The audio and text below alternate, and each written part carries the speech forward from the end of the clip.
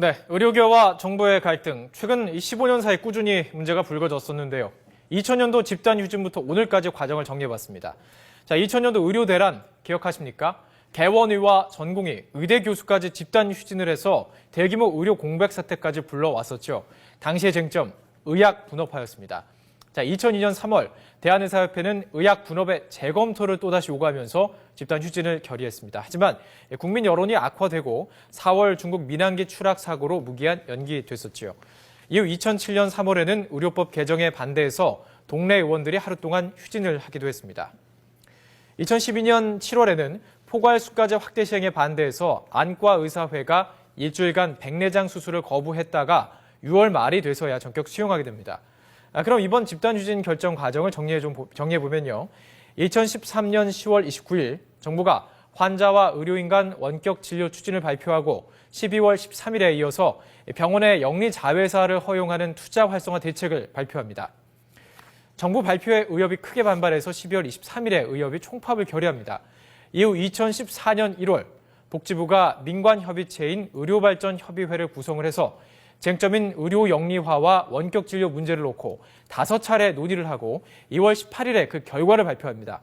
하지만 의협은 이 결과에 반대하는 의견을 내놓고 21일부터 28일까지 전 회원을 상대로 총파업 찬반 투표에 들어가는데요. 3월의 첫날 결과가 나옵니다. 찬성률이 76.69%로 집단 휴진을 결정하는데요. 휴진 날이 바로 오늘 10일인 것입니다. 자, 이제 잠시 뒤 아침 9시 이제 한 30분 남았는데요. 의협이 예고한 집단 휴진이 시작이 됩니다. 네, 집단 휴진 참여율과 또 어느 지역이 얼마만큼 병원 문을 닫는지 이에 따라 정부에서는 어떤 긴급 대책을 준비했는지 알아보겠습니다. 이창준 보건복지부 보건의료정책과장 전화로 연결되어 있습니다. 안녕하십니까? 네. 네, 안녕하십니까? 자, 과연 14년 만에 의료 대란이 재현될 것인가? 이게 상당히 궁금합니다. 일단 참여율이 궁금한데요. 참여율이 높을수록 시민들의 불편은 커질 수밖에 없는 것 같습니다. 참여율 얼마나 예상하고 계십니까?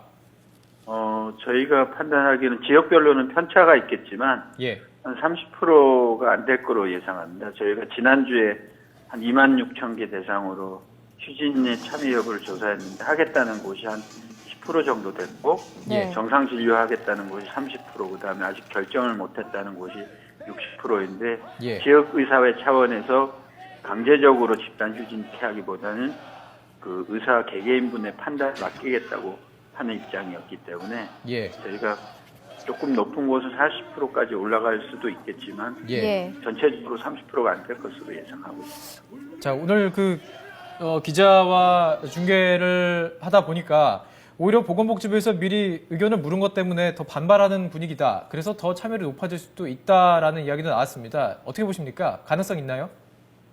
그렇지는 않고요. 예. 저희가 이제 국민의 건강이나 생명을 볼모로 해서 이렇게 하는 건 바람직하지 않기 때문에 네. 지역 차원에서 의사분들한테 문은 닫지 말고 진료는 하면서 정부에서 의료계하고 계속 대화 노력을 할 것이기 때문에 그런 차원의 설득 노력을 한 것입니다. 근데 의협에서는 뭐 휴진율이 70% 이상일 것이다 이렇게도 보고도 있는데 복지부에서 발표한 것과 차이가 좀 너무 많이 나는 거 아닌가 싶기도 한데요. 어떻습니까? 일단은 휴진 참여율이 가 어느 정도 되느냐가 중요한 게 아니라요. 네. 국민들이 불편 없이 의료 이용을 하도록 하는 게 중요합니다. 그래서 저희는 일단 오늘 하루에 의원급 의료기관만 문을 닫는 것이기 때문에 예. 동네 병원이라든가 아니면 보건소 이런 데 진료를 지역에 따라서 연장시켜서 국민들 불편을 일부는 발생할 수 있겠지만 최소화하는 게 기본적인 방향이고요. 예. 네. 자, 그렇다면 그다음에 이제 네.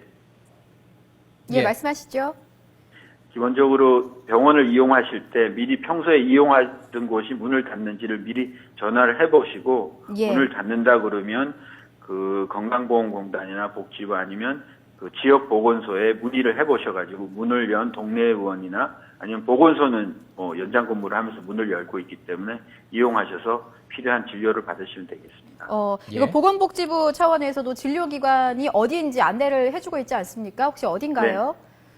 전화번호가 저희 콜센터 통해서 지금 안내를 하고 있고요. 가장 의료기관을 정확하게 안내할 수 있는 곳은 지역 단위 거주하고 있는 지역의 보건소에 전화를 하시면 보건소요. 예, 보건소에서 부근에 있는 의료기관에 안내를 정확히 해줄 수가 있겠습니다. 예, 네. 한 번 더 정보 차원에서 말씀드리겠습니다. 보건복지부 전화 129번, 국민건강보험공단 1577-1000번, 건강보험심사평가원 1644-2000번, 또 각 지역 보건소에 전화를 하시면 가장 정확하게 볼 수가 있습니다. 네. 그런데 어느 지역에 얼마만큼 집단 휴진을 한다, 이런 정보를 좀 미리 알고 있어야 환자들도 준비를 할 수 있을 텐데요. 사전 조사를 했던 내용이 좀 있는 거 알고 계십니다. 어떻게 전망을 좀 하고 계신지. 아까 말씀드렸지만 30% 안 될 것으로 예상되고 있고요. 예. 지역 단위에서 참여를 높이겠다고 했던 경남이나 충남, 부산 같은 데는 40%를 넘거나 육박할 걸로 그렇게 지금으로는 추정을 하고 있는 상황이고요. 예. 일단은 전체적인 그 참여율보다는 환자분들이 이용하시는 병원이, 평소에 이용하는 병원이 닿느냐 안 닿느냐가 중요하기 때문에 예. 그런 차원은 미리 확인해보고 안내를 받는 게 예, 중요합니다. 시청자 여러분들 위해서 좀 지역별로 조금 더 자세하게 말씀을 해주셔도 좋을 것 같습니다. 지금 경남, 충남만 말씀을 해주셨거든요. 예, 참여율이 추진하겠다고 높은 곳이 강원도, 경상남도, 충청남도, 부산 이런 지역이 되겠고요. 네. 서울이나 경기도나 이런 데는 20%가 추진하겠다는 비율이 안 되기 때문에 예. 평소에 그렇게 큰 불편이 생기지 않을 걸로 예상하고 있습니다. 그렇군요.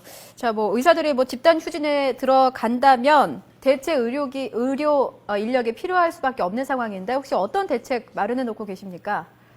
일단은 병원에서 지난 주말에 이제 전공들도 이런 진료 거부에 참여하겠다고 밝혔는데 현재 입장에서는 병원의 주된 진료 인력들은 교수분들입니다. 진료하고 있는 교수고 전문의 분들이기 때문에 예. 그런 차원에서 병원의 입원 진료라든가 외래 그다음에 또 전공의들이 진료 거부를 하더라도 중환자실, 응급실 같은 필수 인력들은 그대로 남기로 했기 때문에 예. 병원의 진료에 큰 차질은 없을 것으로 저희는 생각을 하고 있고 다만 오늘은 개원가 중심으로 집단 휴진이 이루어지고 있는 상황이기 때문에 네. 평소 이용하시던 의원은 이용하실 수 없지만 다른 보건소나 동네 병원을 통해서 이용하는데 큰 불편은 없으리라고 생각하고 있습니다.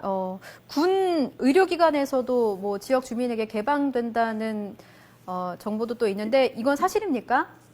예, 국방부에서도 진료 이용하는데 불편함이 생겼다면 군부대에서 하고 있는 예. 의료기관을 개방하겠다고 그렇게 했는데요. 예. 지금 단계에서는 그렇게 그 정도까지 필요하지는 않을 것 같고 예. 지금 의사협회에서 24일부터 일주일간 강도 높은 집단 휴진을 하고 밝혔기 때문에 예. 그렇게 상황이 악화된다면 그런 것까지를 검토해 볼 수가 있겠습니다. 예, 지금 네. 말씀하신 것처럼 상황이 악화된다, 만약입니다. 악화된다라면 정부는 어떤 대책을 가지고 있습니까? 저희는 비상진료 체계를 더욱 가동을 시켜가지고요.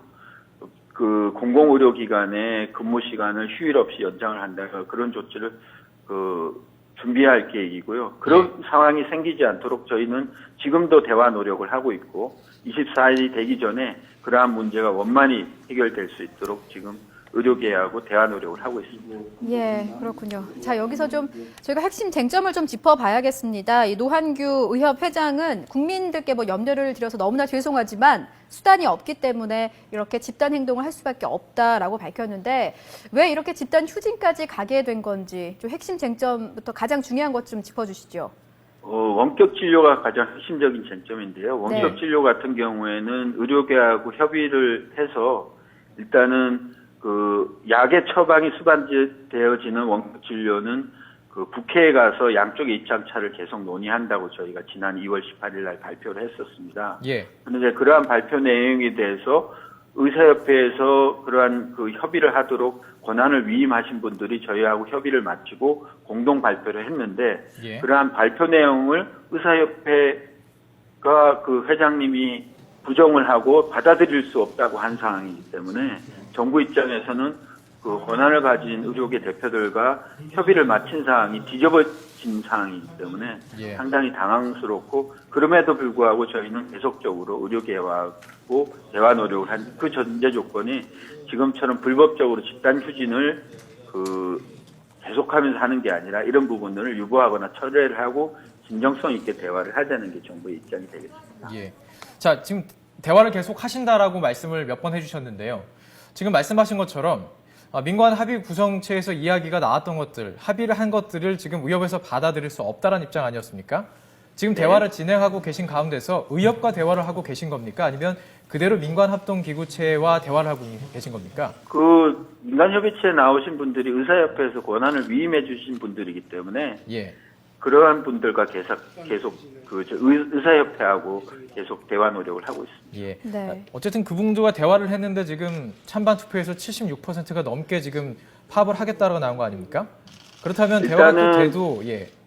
투표 과정에서 그 어떠한 내용으로 투표를 했느냐에 그가 중요한데요. 그 동안에 보면은 이제 신문 광고를 통해서 정부가 거짓말을 하고 있다.